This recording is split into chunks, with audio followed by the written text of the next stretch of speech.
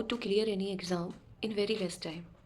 एक कहावत है इसमें कि मान लो तो हार होगी और ठान लो तो जीत होगी।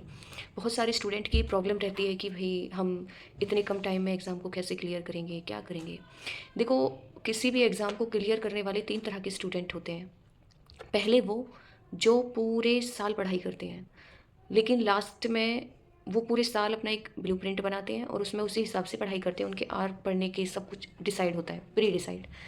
और वो लास्ट में अपने गोल को अचीव भी कर लेते हैं, चाहे वो स्कूल के स्टूडेंट हैं, कॉलेज के स्टूडेंट हैं, या किसी भी कॉम्पिटिटिव एग्ज़ाम की तैयारी करने वाले स्टूडेंट हैं। दूसरी कैटेगरी वाले वो स्टूडेंट होते हैं जो पढ़ते हैं पूरे साल, लेकिन लास्ट के 1-2 महीने में उन्हें इतनी एंजाइटी होती है कि वो एग्ज़ाम में बेस्ट परफॉर्म नहीं कर पाते। और एक तीसरी तरह के स्टूडेंट होते हैं जो लास्ट के 2-3 महीने में पढ़ते हैं, भले ही उन्होंने पूरे साल तैयारी ना करी है, लेकिन 2-3 महीने में वो पढ़ते हैं और रिग्रेसली ऐसा पढ़ते हैं कि वो एग्ज़ाम क्लियर हो जाता है कॉन्फिडेंटली। देखो, एक कहावत कही जाती है कि कॉम्पिटिशन में दौड़ने वाले स्टार्टिंग में कितना तेज़ दौड़े ये चीज़ कोई याद नहीं रखता, लेकिन लास्ट में कौन सबसे पहले रेस के फर्स्ट स्टेप पर पहुंचा, वही जीतता है। तो पीछे आपने क्या करा, आपने कितनी पढ़ाई की, नहीं की, नो मैटर, क्योंकि उस चीज़ से कोई फ़ायदा है ही नहीं। आपने लास्ट के दिनों को कितना यूटिलाइज़ करा, क्योंकि आपने लास्ट में जो चीज़ें अपने दिमाग में ग्रैब करी हैं उन्हीं को आप पेपर में जाके प्रेजेंट करोगे। तो आप किसी कंपटीशन की तैयारी में हैं या आप स्कूल डेज़ में हैं, अगर आपने पूरे साल तैयारी नहीं की है तो आप लास्ट के 2 महीने, 1 महीने, 20 दिन या 15 दिन भी बचे हैं तो आप बिल्कुल अपना 100% दे दीजिए।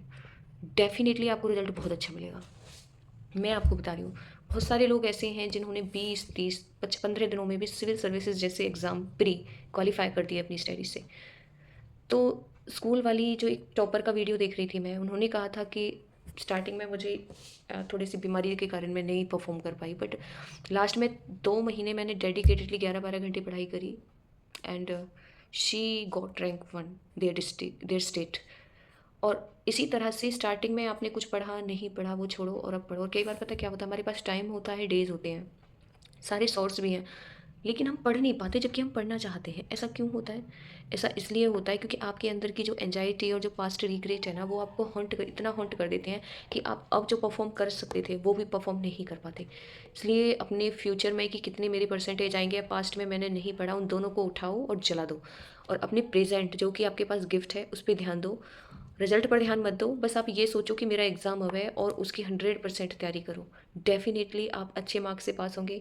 या आपका कोई कॉम्पिटिटिव एग्ज़ाम है, बाय द वे आप अपना 100% दीजिए, जो भी रिजल्ट आएगा डेफिनेटली आप उससे सेटिस्फाई रहेंगे। चाणक्य ने एक बहुत अच्छी बात करी थी। उसका जो स्टूडेंट था चंद्रगुप्त, जब वो लड़ने ही नहीं जा रहा था तो उन्होंने चाणक्य से कहा कि नहीं, मुझे नहीं लड़ना है क्योंकि टाइम बहुत कम बचा है।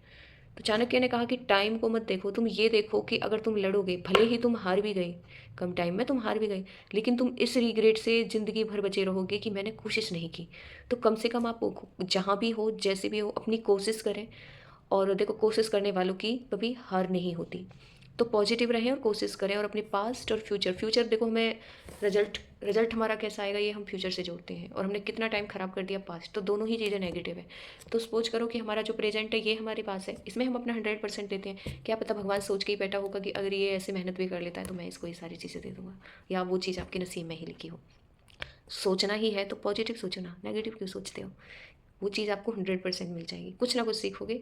तो रिग्रेट छोड़ो, फ्यूचर की टेंशन छोड़ो, एंजाइटी छोड़ो, और खुद को काम करो, मेडिटेशन करो, थोड़ा सा ब्रीथिंग करो, और डेफिनेटली मेहनत ही करो। चाहे आपके पास 1 दिन बचा है, 2 दिन बचे हैं, 10 दिन बचे हैं, अगर 1 दिन की तो स्टडी ऐड होगी ना, 10 दिन की स्टडी ऐड होगी ना, 15 दिन की तो स्टडी ऐड होगी ना, ब्लैंक्स तो नहीं रहोगे ना।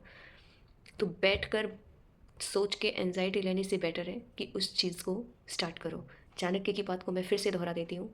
उन्होंने कहा था कि भले ही तुम्हारे पास 10-15 दिन या 1 महीना या 2 महीने बचे हैं, इनमें अपना 100% झोंक दो।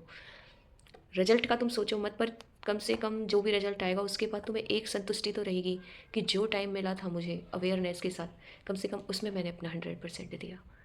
और चांस है कि 90% नहीं, 99% जीत जाओगे आप। ऑल द बेस्ट, जय हिंद।